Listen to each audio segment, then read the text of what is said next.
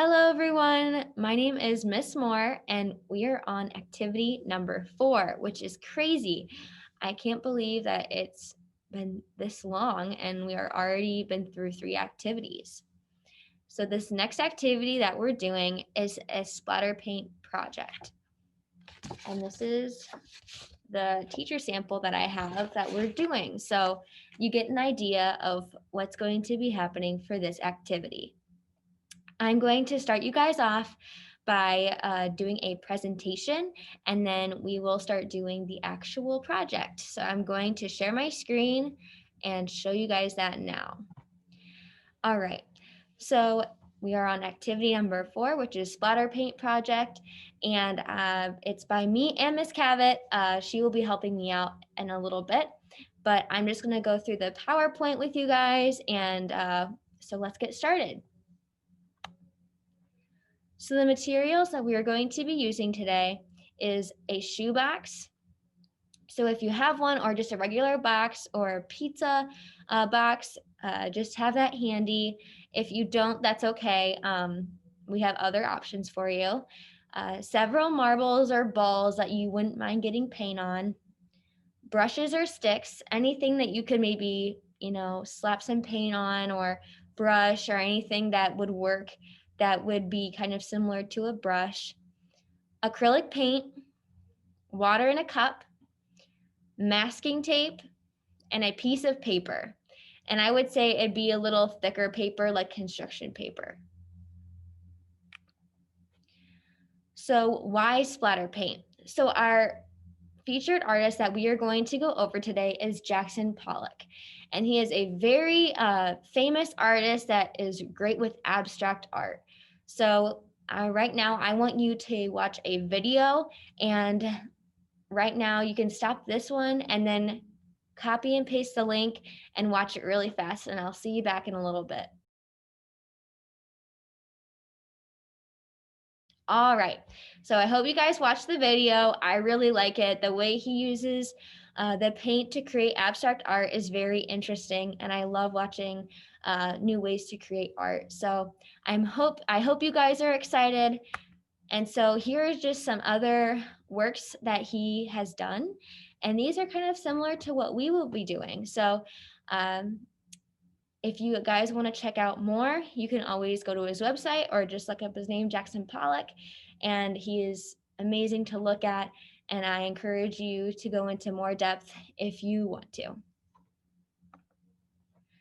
So the vocabulary worksheet. So a lot of these we have gone over before. I just think that we need to keep going over them. We need to be more aware of them. So there are some new ones, but I also incorporated ones that we've done before. So the first one is acrylic paint, which is paint that is used with water, very hard when dry, and dries quickly.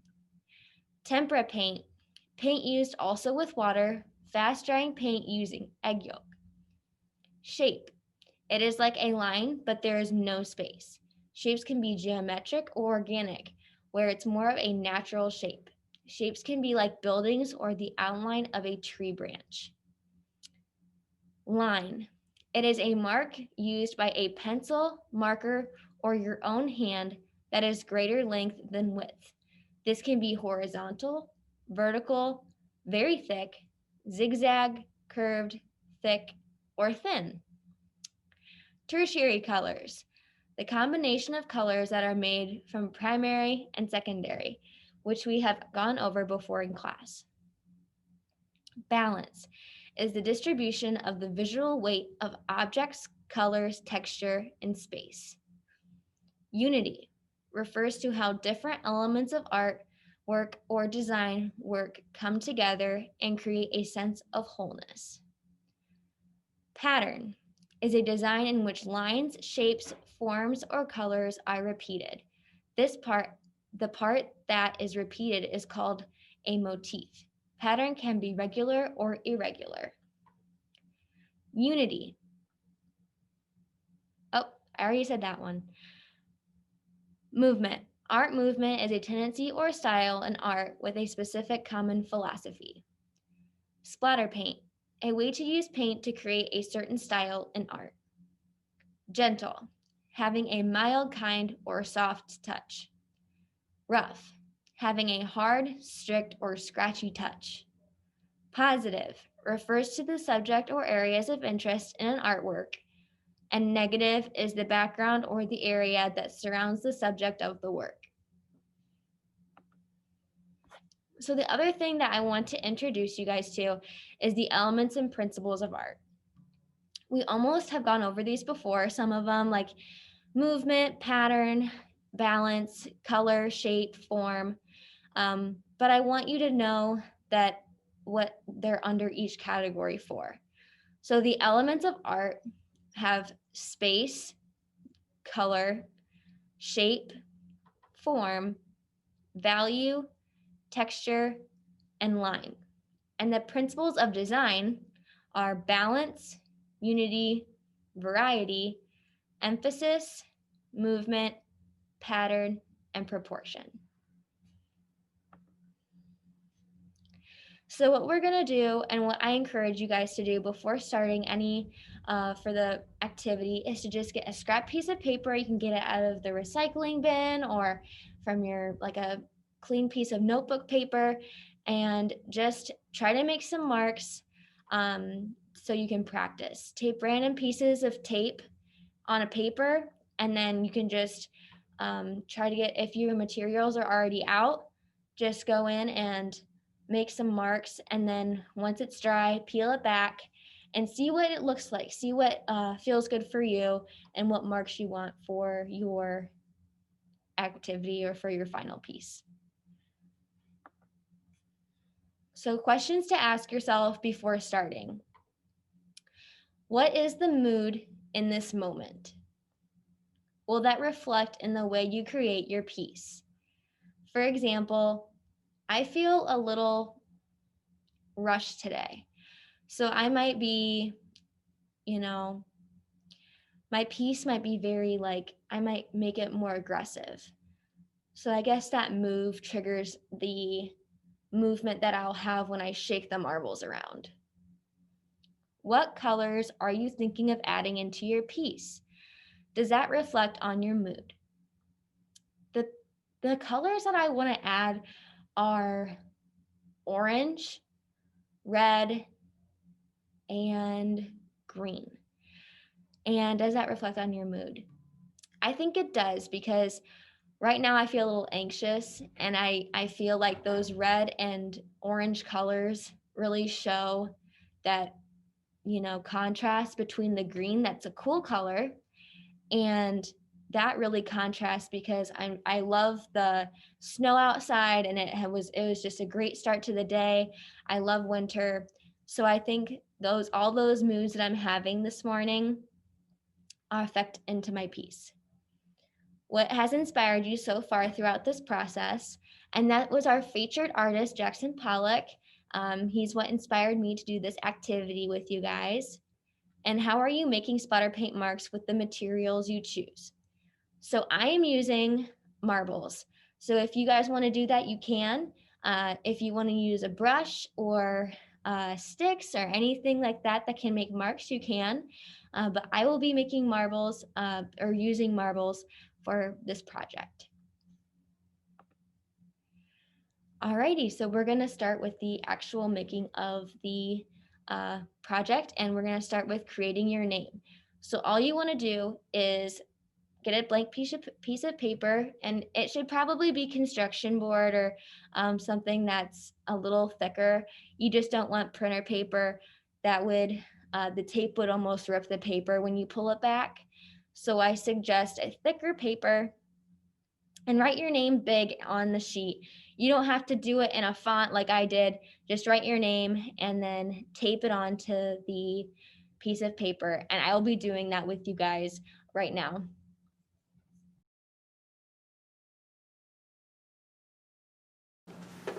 So I have a blank piece of paper, and you guys will also get a sheet just like this. And what I want you to do is take your pencil and just write your name really big.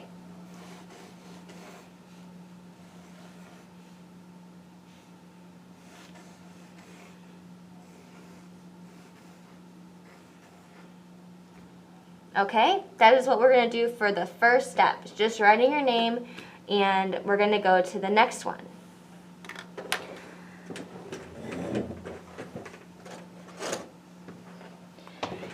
Next, and you might need help with this, is putting tape on your letters. This will maybe take a little bit, especially if you have some curves. S's are a little harder if you have just an M. Those are just 4 straight lines. A circle, an S, those are going to be a little tricky.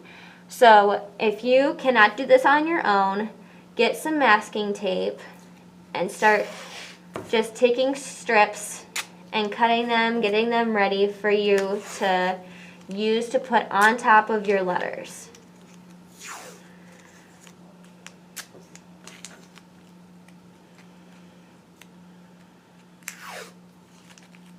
I'm just sticking them on the surface.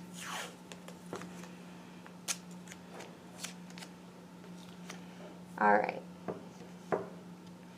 And there's more down here. So I made a couple down here, if you can see that. And what I'm going to do is I'm just going to start making them a little skinnier, and just I'm starting to put it on top of the lines. This does not have to be perfect, guys. This is very, like, you don't have to even know that this shows your name when you peel it back, because we're going to go over it with marker. So if it doesn't look exactly like the letter, that's okay.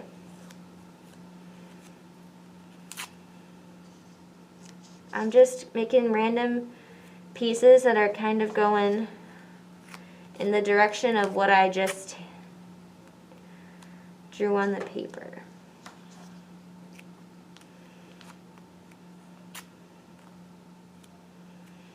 And if you need any help with ripping the tape or anything like that, just ask your teacher.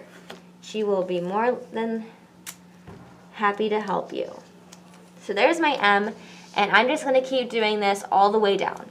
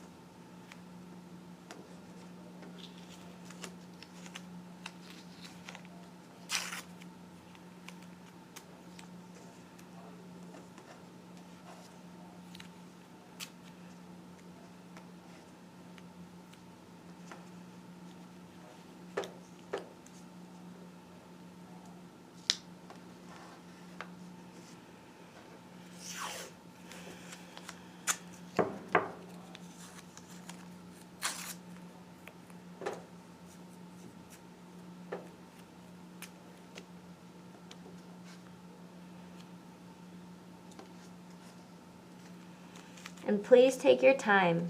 This is no time to rush. Just do the best you can.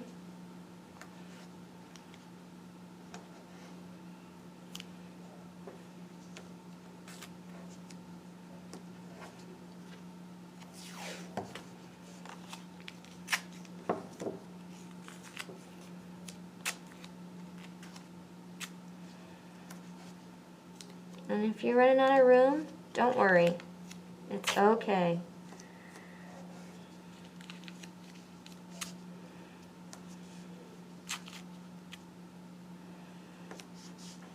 And just work with what you have. This is no rush.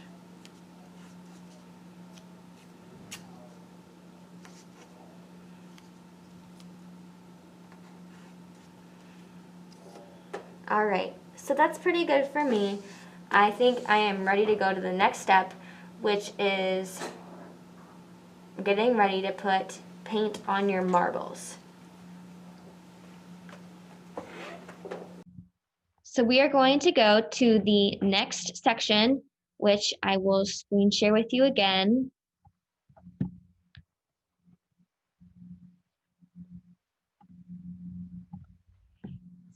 Which is going to be getting your paint around of your choice and choosing materials to create splatter paint marks with. And I'm going to show you some different ways to do that as well with some paintbrushes or marbles. So these are some just different paintbrushes. I forgot the word paintbrush. And the way you can do this, and I will show you on the other screen, is by like flicking down. So if you get paint on your paintbrush and you have it on the end, and you have gloves on if you don't like the texture of paint, just go like this, and it will make splatter paint marks. So I will be demonstrating that as well. So if you have any questions, just talk to your teacher, and we'll get started. So questions to ask yourself and to tell your partner before proceeding. Number 1. What part in the splatter paint activity relates to the idea of creating harsh or soft marks within the cat trick or treat activity? Number 2, what were the different emotions that one was feeling during this activity? Did they differ compared to the past projects? 3, what vocab words from past projects helped one create the splatter paint project? 4, what elements and principles were added into your splatter paint piece?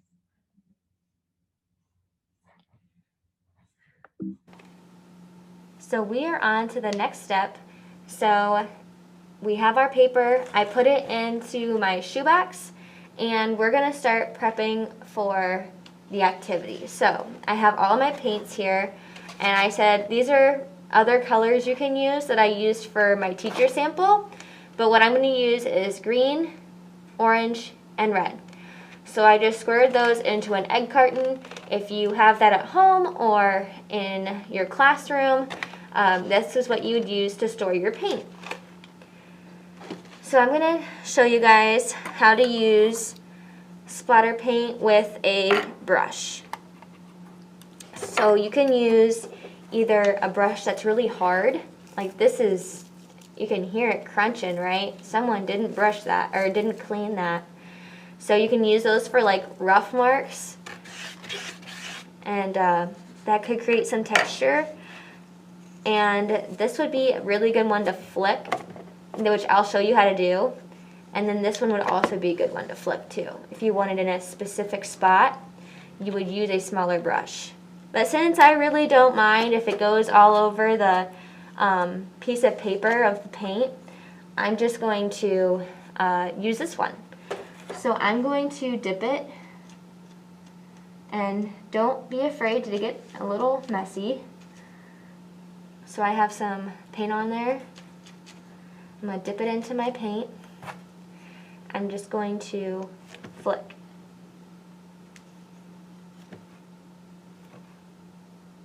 And it's already flicking onto there. I'm not going to do it too many times because I don't want to get my space too messy. But there you go. So what you do is that you just keep doing that, and it would create that splatter paint mark. So yeah, and then what I'm going to do is I'm going to use the marbles next.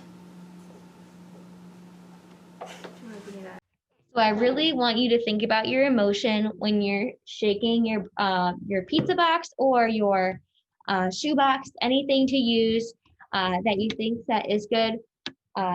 This is my shoebox, and I'm just gonna shake it. I'm feeling a little busy, like I'm a busy bee today, so I'm gonna shake it pretty hard to create all those little lines that we have seen in Jackson Pollock's paintings, and so I'm gonna do that right now.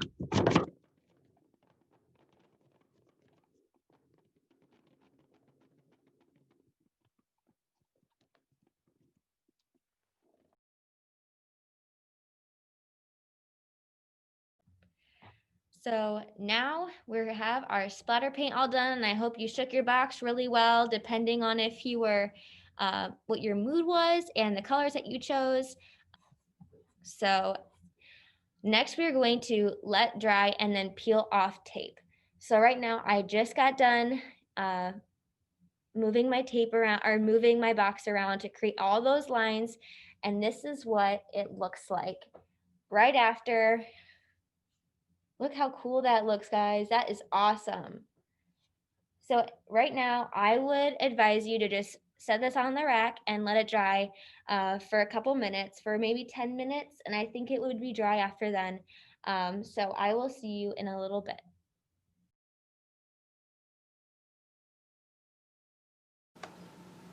So next, we're going to peel off the tape. So if you need any help, just ask your teacher. But what you're going to do, my paint is still a little wet, but you can wait till yours is dry, is just pull that tape up. If there's any, my thing is pretty thick, so if I do have paper that comes off, that's okay. Just know that you might have some paper that comes off with your tape, and that's totally fine.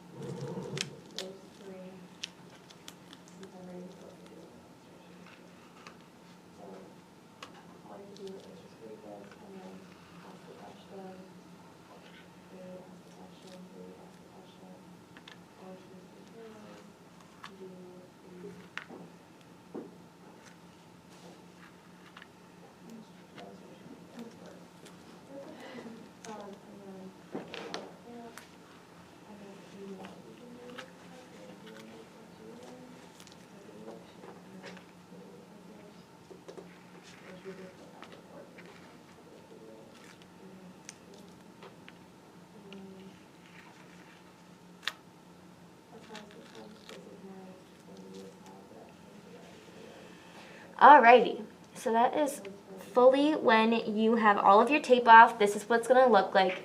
You can kind of see my name, but not completely. So what we're going to do is the next step, which is using marker to make your name more visible.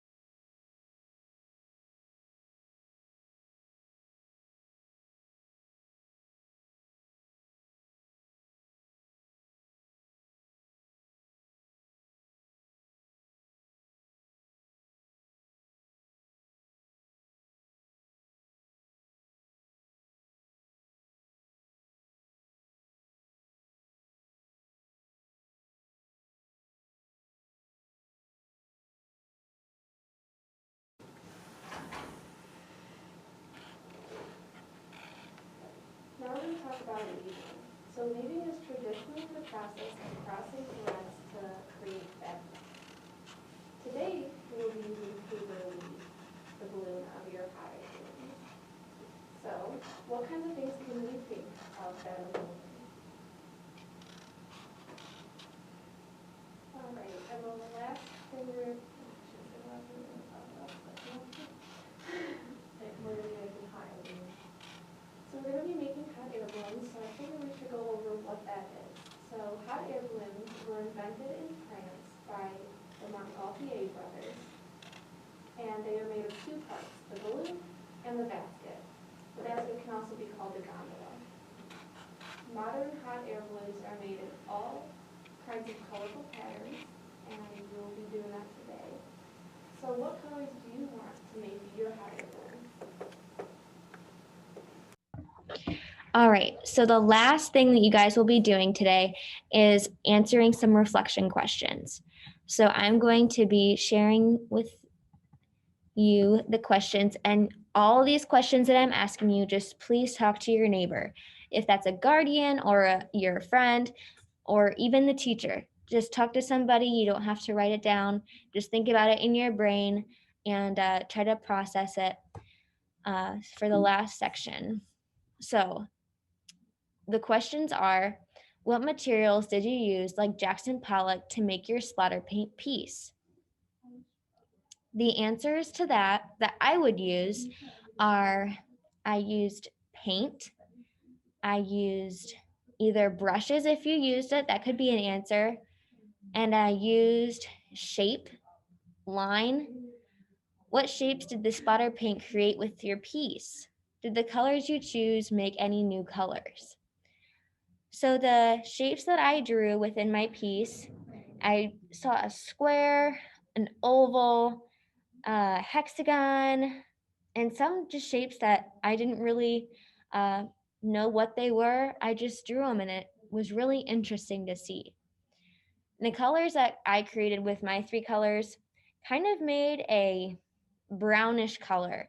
The green and the red really blended to create that sort of brown, lower shaded color within my piece. And then ask your parent or guardian what emotion they see within your piece and what they thought. Now write that emotion you used and write down why you chose that emotion. So I am going to have Miss Cabot think about what my colors would be within my piece. So, Miss Cabot, looking at my piece, what emotions do you see? I see a lot of red, which makes me think of anger, but then I see a lot of green that makes me think of like happy. So it's a good balance. Okay. That's good. I'm going to edit it out, so it's fine. Alrighty. So I'm going to talk to Miss Cabot now about what the piece was actually about. So I made the red and the orange because today felt kind of hectic for me. So I chose those colors, but I also loved that today in the morning it snowed, which made me feel like really earthy. So I picked green for the earth. I like it. So you just tell your friends that like we just did, and that is almost the last question. The last question is, does the colors create ties with your emotion? And it does. Like I just explained to Miss Cabot, the green relates to the earth, and it relates to how I felt, which was excitement to see the new side of the seasons change. And then the red and the orange were kind of like my anxious, busy bee type feeling. And that is the end of our lesson.